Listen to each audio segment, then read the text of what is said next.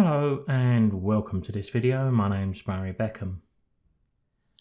Let's take a look at processing an infrared image through Adobe Camera Raw. But if you're a Lightroom user, you have exactly the same options, so we could use either. Now maybe the first question to ask is, what is an infrared image and why do these thumbnails have a magenta colour? An infrared image in this case is one that was shot with a converted camera, a Canon 5D Mark II in my case. The infrared filter that covers the sensor in our camera is removed by a technician, and a light blocking red filter is put in its place. The purpose is to block the visible light that we can see as far as possible with that red filter, but we allow invisible light in the infrared light band to reach the sensor. Now once a camera has been converted, shooting infrared images becomes pretty easy. So another question may be, why do we convert a camera to record invisible light and block the visible light? Well, it's to create stunning monochrome images with a unique pictorial look. I've set the colour balance on my infrared camera to compensate for this strong red filter, and this delicate magenta cast is the result. Now this colour is not a problem for us, and it's not going to hurt the image in any way, and I'll be removing all the colour in Adobe Camera Raw. One thing you'll notice about infrared images is how low contrast they are. Even with this slight magenta cast, these images look very flat and dull. Is that going to be a problem for us? Well, no. On the contrary, it's a benefit, because we can shoot infrared images in bright sun and at times when our normal cameras would struggle with high contrast. I've found that working with infrared images is very similar to the technique exposing to the right. This is where we capture as much light as we possibly can into the sensor, but without overexposing. All of the editing is then going from lighter tones towards darker ones. Now this makes image editing easier, faster, and better quality. Infrared images are very much like this, but they can be shot in the middle of the brightest sunny days. I generally standardize on 200 ISO on the camera. I use a manual exposure setting because light meters in our cameras are not designed to measure infrared light. I have found that if I bracket exposures around 125th of a second at f8, I'll always get good results, but I've also found that many times single shots at 125th at f8 are fine.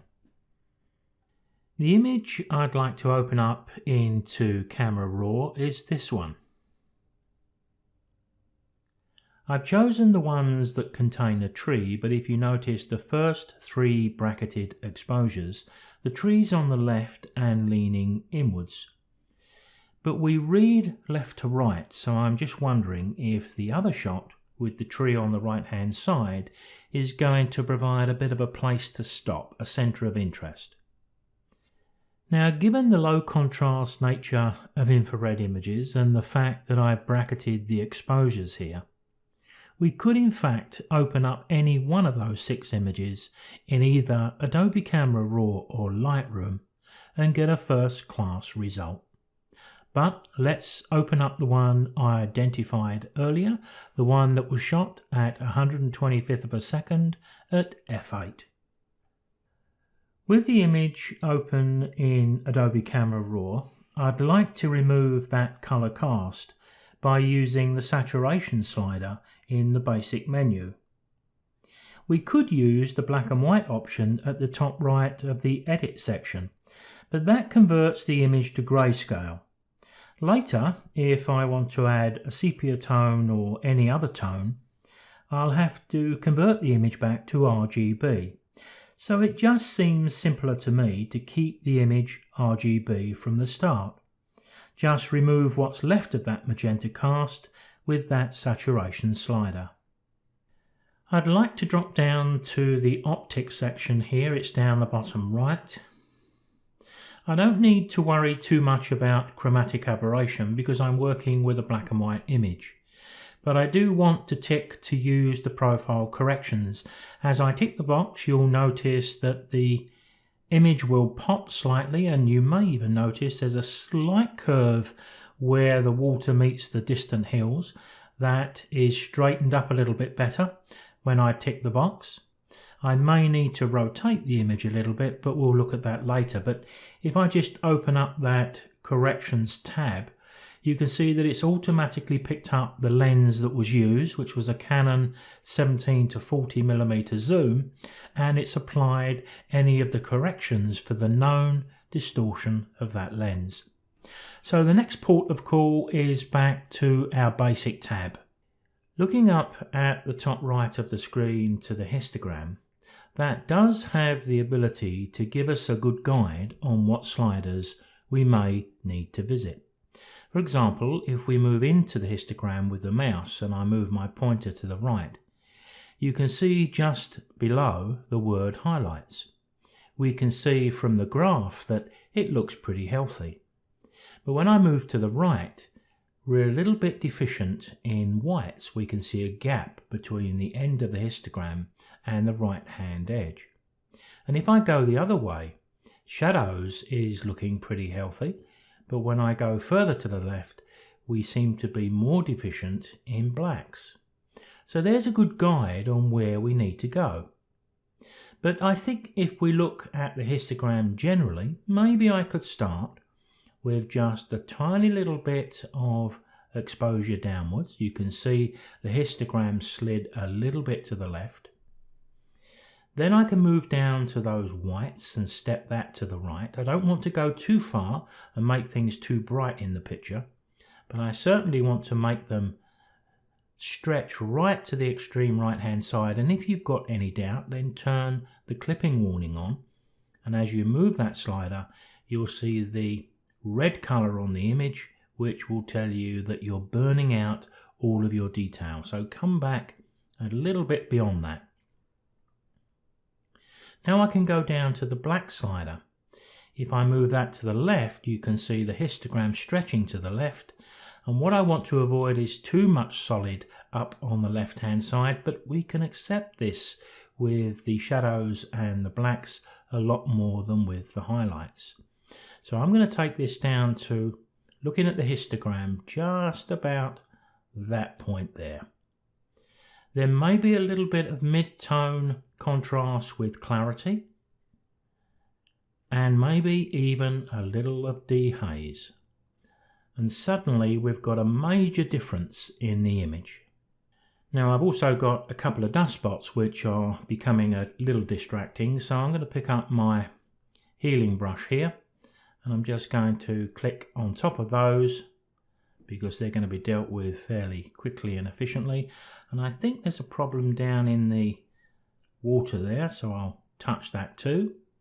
I'll touch the Z key to take us away from that, and I think we could do with just a minute looking at the image to decide where we're going to go from here. The bottom right corner looks a little bit weak, and maybe we can raise the tones in the center of the picture in the reflections, and maybe even beef up the contrast a bit more there. So down at the bottom right corner, I think perhaps a graduated filter would probably work best. So let's select that. And I'm going to click and drag up the picture to create the bounding box. I'm going to touch the V key just to hide the bounding box, but remember, it's still working. I'll drop down the highlights a little bit, and I'll also drop down the exposure. I just want to balance the right hand side with the left a little better. And then when we look at the left, there is a slightly light part just right in the bottom left corner. So I could touch my V key and I could just drag another graduated filter there. But this now is a little bit on the heavy side. So it automatically picks up the settings we used on the right hand side. But if I right click within the bounding box, I can reset those to 0 effectively. Then I can touch my V key. Now I'm free to just drop down that exposure just a touch, just to give me the balance that I'm looking for. Now what I'd like to try to do is to just lift the tones in the center of the picture maybe a little bit. Let's turn to the radial filter, and generally when I use this filter I use it to create a vignette, and you may have seen me demonstrate this by double clicking the picture and the bounding box appears perfectly around the outer edge. Of course we can adjust this. I'm going to delete that though, because we can create them in a different way by simply clicking and dragging. Because I want a much longer, slimmer shape, because I want that to be somewhere around here. I don't want to go too close to the right or left edge. I think I'll do something like that for the moment. Then I'll touch that V key once again just to hide the selection. And now I can choose which of the sliders I want to adjust. Now when we're using the radial filter, we need to remember that we can affect either what's within the bounding box that I've just brought back on screen with that V key, or outside the bounding box. Normally when I'm creating a vignette, the little box up at the top here, invert, usually would be ticked. And then if I was to adjust the exposure, I'm adjusting the exposure everywhere but within that selection. What I want to do is just affect the change inside that selection. So if I make sure my invert is unticked and I retouch that V key, now I can just lift the tones within that radial filter. Something like that, and I'm going to add a bit of clarity. Now I'm going to go back to my exposure and push a little more in there. I may even try a bit of dehaze. No, I think that's darkening that a little too much. I think that's okay. Maybe I'll just take the blacks down a little bit there and the whites up a little bit. And all I'm doing is really just stretching the contrast just in the center there within that bounding box. When we want to come away from that tool, if we just touch the Z key, it's the equivalent of going up to the top right of the screen and touching this little icon, which would take us back to the standard tabs. Now, just before I open this image up into Photoshop, I'm going to reselect that radial tool, and I'm going to double click onto the picture's surface. I'm going to touch the V key, but I mustn't forget to go back to my invert, because I do need to tick the box to make sure I'm now only going to make an adjustment around the outer edge. So I just want to drop the exposure around the edge just to keep us focused on the center, and that's not looking too bad at all. It doesn't need very much, just a little. Now sometimes when this happens, there are a couple of areas that sometimes go a little too dark. Maybe this area on the center right, and maybe even down in the grass, although that's probably less of a problem. But I could adjust that a little bit by picking up an adjustment brush. If I make a nice big brush and I just sweep my brush across there for the moment, let me just lift the shadows in that area and also the exposure. And then I'll do a couple of more wipes across there. You can see what I've done. I've just lifted that, and maybe just down in that foreground, which went just a little too dark. And if you had any other areas that you wanted to touch, you can do that. But a lot of these things are going to be purely personal. So now I think I'm willing to go down to the Open Object button, and I'm going to open this as a smart object. If you want to take advantage of opening your images from Camera Raw as smart objects, meaning you can come back in as many times as you like to make adjustments, you'll find the setting for that can be found down at the center bottom of the screen. Click the hyperlink and there's a little box that you need to tick. And once you do tick it, it will remain ticked until you decide to change it.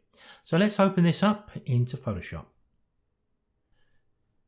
Now, with the image opened up into Photoshop, the first thing I'd like to do is to straighten up the fact that the image has got a slight lean to the left. Of course, I had a couple of choices, or I have a couple of choices here. I could have done this within Adobe Camera Raw, and I still could, because we've opened this up as a smart object, so I could just double click the thumbnail on the top right, and we could be back into Camera Raw, straighten that horizon. Within Camera Raw, we cannot crop outside of the canvas size, whereas within Photoshop we can. And sometimes I like to do this in Photoshop because it retains the width of my landscapes and seascapes. And if I have a little bit of repair work to do on the edges with content-aware fill, it's generally not a big issue. Now, what I like about the crop tool these days is that when we click in, we get the rule of thirds grid, which tells me my composition is not too bad here. But as soon as I go outside of the bounding box and click, I get a grid. So I do get a nice easy way to get that horizon as straight as I can possibly get it. Now, what I was talking about just a few seconds ago is something like this. You see, I can crop outside of my picture space. I'm not too worried about the top or the bottom. In fact, I'll hit the little tick to commit this, but it leaves me with a repair to do.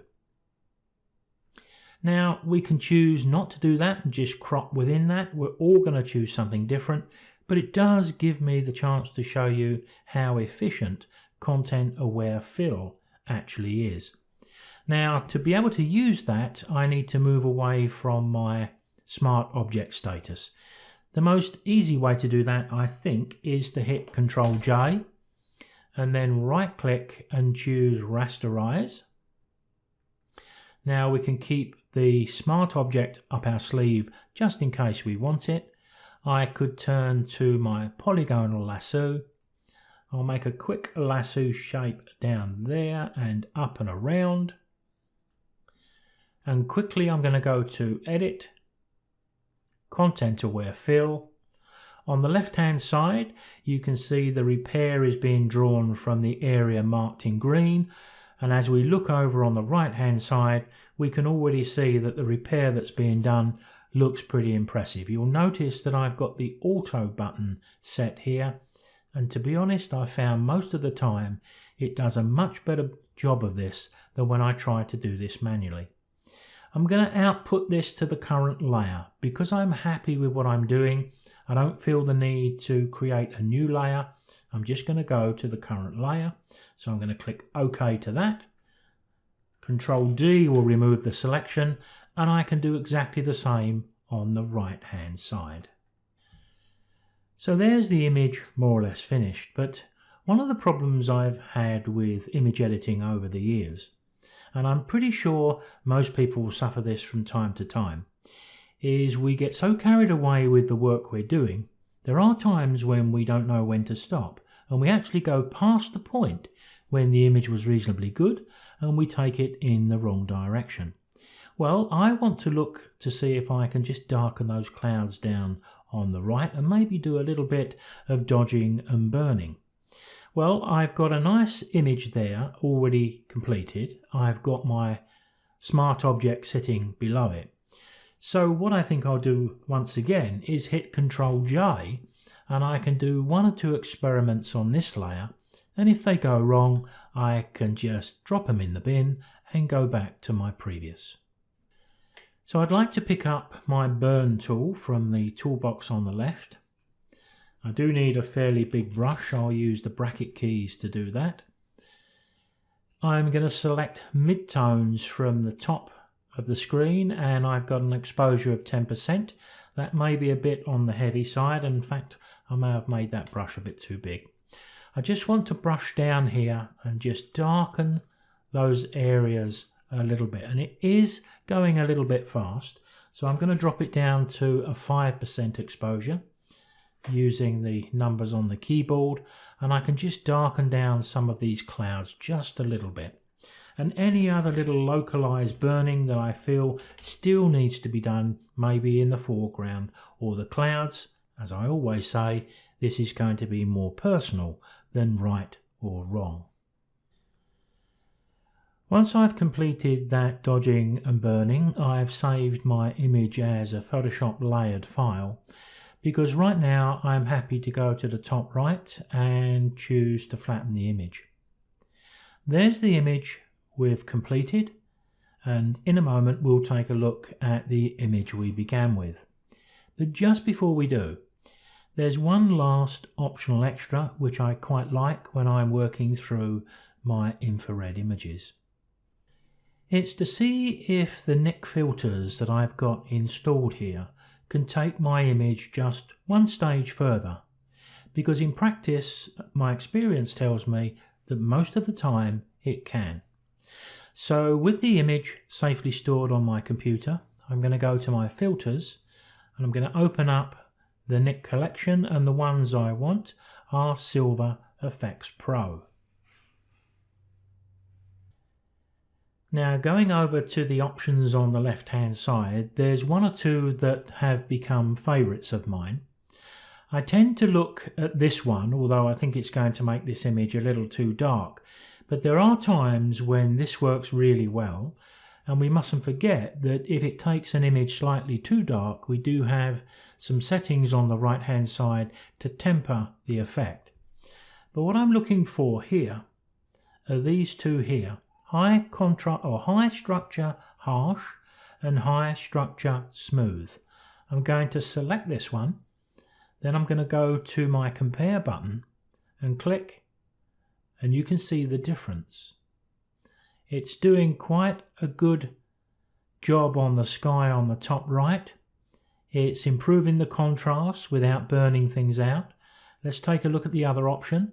Slightly darker around the edges. Compare again. A similar effect. I think it's a 6 of one and half a dozen of the other, which one of those two we choose. But I'm going to select this one straight out of the box. But of course, not forgetting, if we did want to just drop the brightness down a little bit, we can do that. Or we can increase it, whatever we want, and then click OK to open this up into Photoshop. So there's the image we began this video with, although I've already taken out the colour so we can compare it just a bit more favourably with the monochromes we've created. And here's the image that we worked through Adobe Camera Raw and Photoshop. But I also think those NIC filters did a good job and took it just one stage further, as you can see, as it instantly jumps to that version. Back to the original, the Adobe Camera Raw Photoshop version, and with the NIC filters added. So if you've watched this video so far and you have an old DSLR sitting around in a cupboard that you can't even give away these days because the second-hand value is so low, then why not consider getting it converted to shoot infrared and expand your hobby? A Google search will soon find a technician somewhere close to you who can do this work for you. I'll see you next time.